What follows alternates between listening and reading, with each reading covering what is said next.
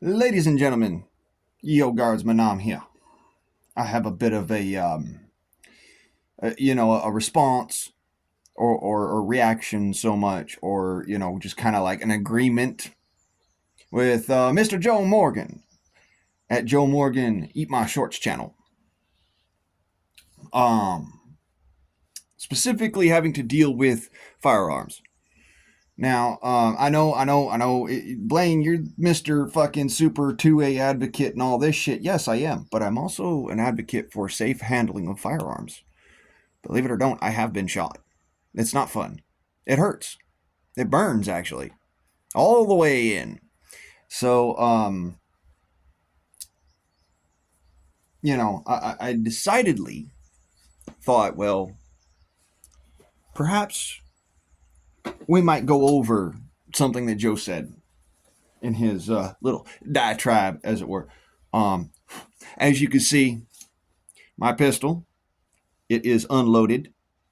It is cylinder out and rendered safe, so that I can do this particular, so I can show off exactly what Joe was saying. You know, which is I'm gonna have to pull the hammer back and whatnot for this particular, but I want to show you what I mean.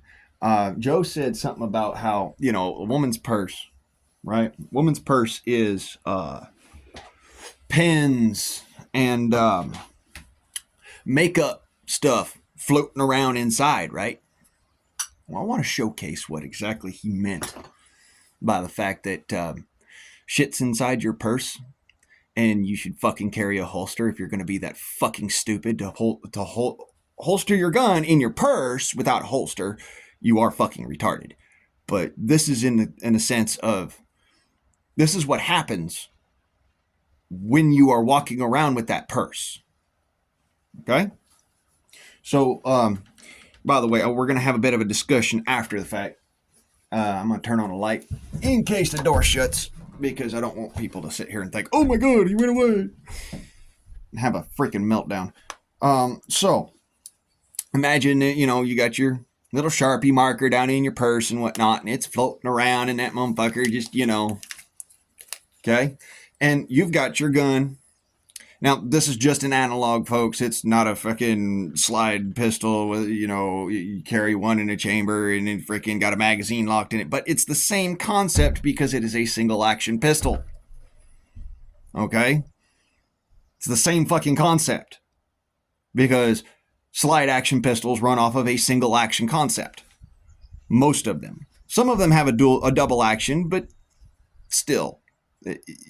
Double action trigger pull doesn't mean much in the grand scheme of things when you're talking about, about 45 pounds of shit in a purse and walking around with that all day. By the way, I had to carry my mom's purse around. I know how heavy them motherfuckers are and what exactly you've got in them. So let's just go through it. So hammer back at full cock. Okay. And now you've got this thing floating around inside, and it does not take much at all to smack that fucker home. Literally. Did you just see what I did? Here, we'll reiterate.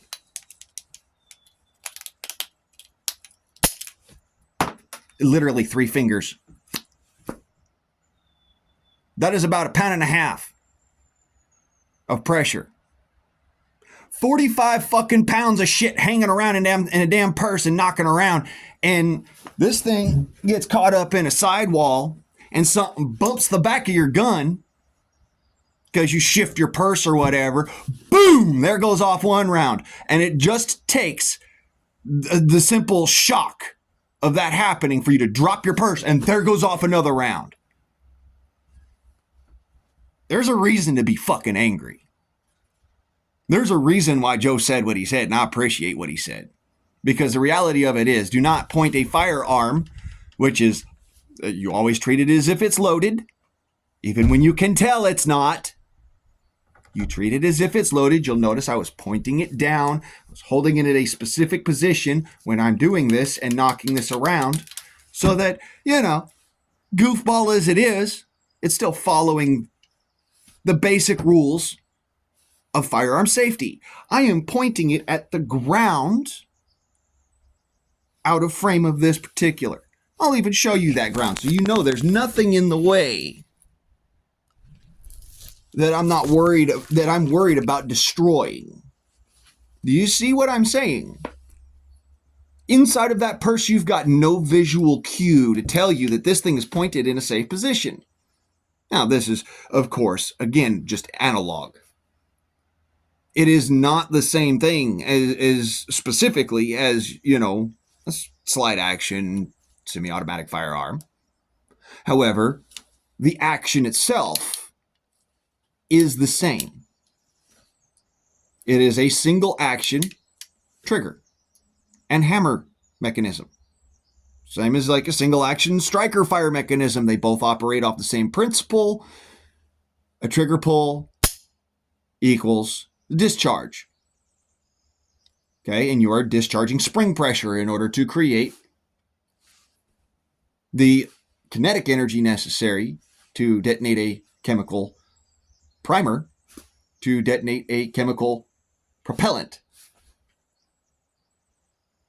This is the fucking original fucking ATF rundown of a firearm. So, we're clear. There is a difference between a firearm and an air gun. Doesn't matter because it's all behind spring pressure and a striker fire or a hammer hitting a primer. Just wanted to reiterate that for people who get a little bit nutty and say, oh, well, an air gun could be a firearm if you put enough fucking WD-40 in it. No, it can't.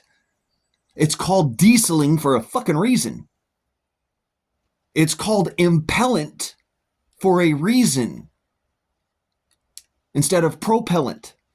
There is a reason why it is called that, not because, I just want it to be fancy fucking words. No, one is for one type of projectile weapon and one is for another type of projectile weapon. And if you get the two confused, you can blow up the fucking air gun and you can end up having this thing have a squib. Well done. There is a difference. One needs a specific set of parameters to operate that way. The other one needs a specific set of parameters to operate that way. They never can coincide. Never. Which is why a firearm can never be an air gun, and an air gun, well, because of the way that an air gun operates. And an air gun can never be a firearm because of the way that an air gun operates. That being said, they both sling lead, and both of them can be very lethal in their potential. Very lethal, meaning of a capability to kill more than one individual with a single round, being that physics does not give a shit about how it's thrown. That lead continues to go until something else reacts against it appropriately, to the point of being that equal and opposing force. It takes 16 pounds of pressure to push through human skin. 16 psi. Do you know how much one of the slugs from my air guns is doing? It's 68 psi. That's a hell of a lot more energy. It's got plenty to go through a human body. It's got plenty to go. I actually punched holes through 500-pound pigs with some of my air guns. So don't tell me that they can't. It's just a matter of one is one kind and one is another. One is not regulated because it is not specifically a firearm and is therefore not under the ATF jurisdiction. And the other one is a firearm. They both sling lead. You should definitely treat a projectile weapon as if it is always loaded and capable of doing extreme damage or harm to any individual or any particular stop or what have you that is beyond the point of that barrel. I do take very fucking specific care when I shoot. Very specific care. I know where that bullet's going. Most of the time I recover them. Just because I can't afford the fucking lead. But I digress. The point remains that Carrying a weapon inside of a bag, specifically a projectile weapon, creates the opportunity for that trigger here to be depressed. Even in a holster, and I will show you why. I will actually show you why. You see, and we're going to use a matchbox because I don't have a holster next to me except for the one on my hip. So we're going to use a matchbox to show you why a holster inside of a bag is not a good option. Okay? The pistol sits inside of your holster like so. Normally, some holsters have little, cover for your trigger guard, which is really good. However, how is a holster designed to work? If you do not have a back strap there, a retainment holster, it's made to come out. It's made to be able to access quickly so that you can utilize it in order to protect yourself. Do you see what I'm saying? Holsters are not a safety. Safeties are not a safety. There is no substitute for muzzle discipline and trigger discipline. No substitute. There's a reason why my pistol stays holstered and facing forwards instead of facing backwards with the handle. There's a reason for that. And I'm going to break that down for you. You see, in my particular holster, we'll go ahead and do a little bit of a rundown. You can see my holster here. It sits just like so. Okay? Retainment loop comes around, goes over the top of the hammer. This keeps the pistol from falling out. If I were to have it tip and start doing things like this, it still keeps it held from falling out. Okay? Now, this holster, if I were to turn this around and rotate it like so, and then try to put this back on over the top of that, now has this looseness in this retainment. And that could fall right off. More so than that, I want to show you something. If I'm not holding this in a retainment holster setup, and say I've got my jacket over the top of this, okay, like so, which is often the way that I carry it, and I pull my jacket up and over, did you see that? The pistol grip itself pushed the jacket out of the way so it didn't catch this hammer. Now I'm going to turn it around. Okay? And do the same thing again. It caught the hammer. It didn't pull it back, but it caught the hammer. And I was doing that slow. Okay?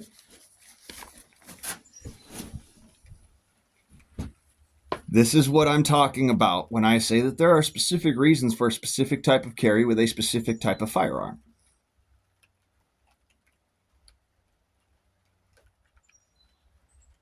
The hollows over balls shit. Sorry, Jekyll, but brother, just because it hasn't happened yet doesn't mean it won't. I'm going to be very honest with you. Just because it hasn't happened yet doesn't mean it won't. As long as there is a round in the chamber, as long as there is a round capable of being chambered, and say you were goofing around with your buddies or whatnot, or, some shit happened. I don't give a fuck. Your dick got stuck in the fucking trigger mechanism. I don't care. Okay? At the end of the day, a discharge is a discharge. And just so we're clear, yes, I do carry hollows. I just don't carry them over balls. I carry them over hip. I do carry hollows. You can see that. Those are hollow points. I have 2 hollow points and 4 standard ball round that I carry in my gun. Specifically for one reason. The hollow points are for dangerous animals. The ball rounds are for whatever else. I don't care about whatever else. It could be, I'm having to kill a mole, or, I'm having to shoot freaking,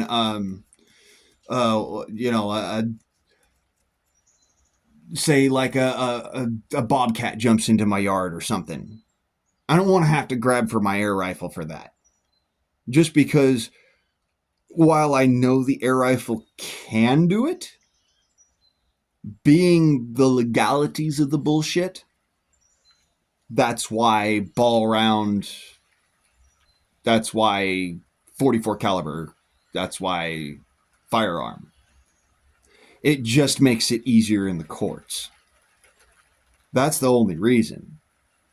Otherwise, I'd carry all hollows, because let me point out to you, I'd rather fucking shoot a dangerous animal with a hollow point than a ball shot. It's going to transfer more energy. It's going to do more damage going through. And it's going to shorten the length of time that I have to stave that animal off from attacking me. The same concept comes when dealing with a human being who is trying to harm you. It's the same concept, all right? I talk self-defense on my channel all the fucking time.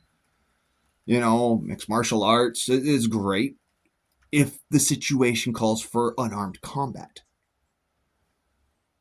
On the other hand, welcome to the United States. We carry guns. We carry knives. Some people fucking carry swords. Okay? And it's perfectly fine. As long as you ain't going out and hacking people to death with the motherfuckers, without, somebody attacking you with like a baseball bat or some shit. Fine. Carry a sword. I'm fucking happy about it, dude. I love them fucking things. I make swords. So, I make knives. I make all sorts of fun shit. I have yet to make a gun, but, that's because, I've made an air gun. I've made several air guns. And I've actually made a firearm, but it's, years ago, and was not, it wasn't really that great functionality. It was just kind of like a fun thing to do, and then we destroyed it just because it's like it's a giggle fest, and it's homemade shit, and you're doing it because you're trying to learn a concept. All right, you're trying to learn things so that in the future to do better. You got to have a starting point somewheres. You can't just, I'm in. It doesn't work like that. Even when you go to college, they teach you this shit. They teach you have to fucking start somewhere. You cannot start at a fucking $3.5 million 4-bore rifle when you go to fucking SDI. They won't let you start there. You start on a fucking Sky pistol, or you start on a fucking, a beater banger 22 long rifle that a heritage long rifle that somebody fucking threw away several times, or threw in the dirt. You start off with cheap, disposable shit. And then they work you up to the expensive stuff once you start once you start getting the concept and get really good at what you do. Okay? That's how they start working you up. They start you off at the cheapest shit, because you're gonna fuck up. You're gonna break shit. You're gonna fucking, mess stuff up. And some of these components are really sensitive to human stupid. They are really sensitive to the 200-pound gorilla on the other side of the power tool. So that's why they start you off cheap. And again, it comes down to the same concept of owning a firearm, operating a firearm. You start off cheap because you're going to fuck it up. Okay? The way that you learn from that is you say, okay, I fucked up the gun. I'm glad I didn't fuck myself up. Now I have the knowledge for the future so that I won't fuck up the next gun. And I understand that these things can deal extreme damage. So there you go. Wow, what a concept. Holster your firearm, carry it on your hip. Don't fucking do the hollows over balls bullshit because, look, like I said, just because it hasn't happened doesn't mean it won't or it can't. Stupid shit happens every fucking day, and accidents happen all the time. And you know what? At the end of the day, I'll tell you this. There is one brand of carry that I did one fucking time, and will never do it again because I thought about it when my dad said, "You're gonna lose your dick." I actually sat down and I thought about it. I was like, you know what? No, I'm not gonna lose my dick because it's a fucking air gun. But he's right about it. If it was any kind of more powerful than a 17 caliber air gun, and even then, that could cause some serious infection. Not to mention, it's one of the main blood vessels in your body. Fuck, he's right. Tell you what, I'm gonna carry hip hold. I'm gonna carry hip hold for the end of my days. Whether it's a fucking Colt 45 1911 set on my hip, at the quick draw, and handle at half hilt or handle it at back full, and half hilt, by the way, is when your gun is tilted forwards. Okay, that's half hilt.